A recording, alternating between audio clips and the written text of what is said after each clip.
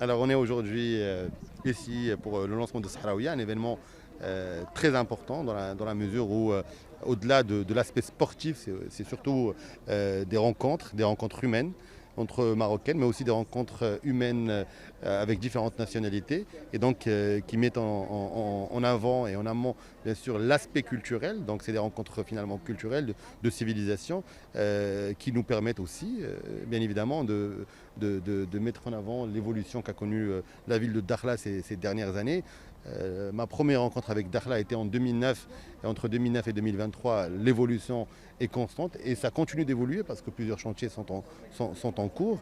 Et donc c'est une manière aussi de défendre la cause nationale, c'est une manière aussi de montrer au monde à travers ces événements sportifs, culturels, pour la femme ou pour la jeunesse, de démontrer au monde l'implication d'abord de la population locale dans ces événements-là et l'implication du Maroc dans l'évolution de toutes ces régions.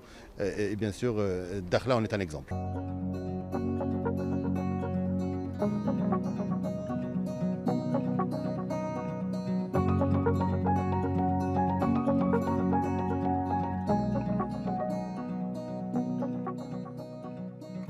Nous sommes à la 9e édition de Sahraouia, qui, comme vous le savez, réunit chaque année presque une centaine de femmes qui viennent de différents pays.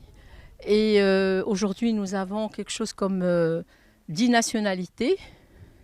Alors, il faut savoir que Sahraouia, qui est un événement sportif, effectivement, avec des activités sportives de très haut niveau, n'est pas que ça. Sahraouia, c'est avant tout un événement solidaire. Le rôle de Sahraouia, c'est la solidarité, c'est l'action sociale. Et aujourd'hui, on est en train de mettre en place une plateforme sociale pour venir en aide à toutes les associations qui nous ont accompagnés depuis 9 ans et les mettre en lien avec tous les partenaires que nous avons. Aujourd'hui, notre message, c'est un message soyons unis pour être plus fortes, pour aider les autres. Le message, c'est la femme et l'enfant. Et la plupart des associations que nous représentons concernent la femme et l'enfant. Notre partenaire social cette année, c'est SOS Village, avec lequel on a une grande campagne. Il y a 6 équipes qui vont le représenter. Parce que le but, c'est de construire une maison SOS Village à Dakhla.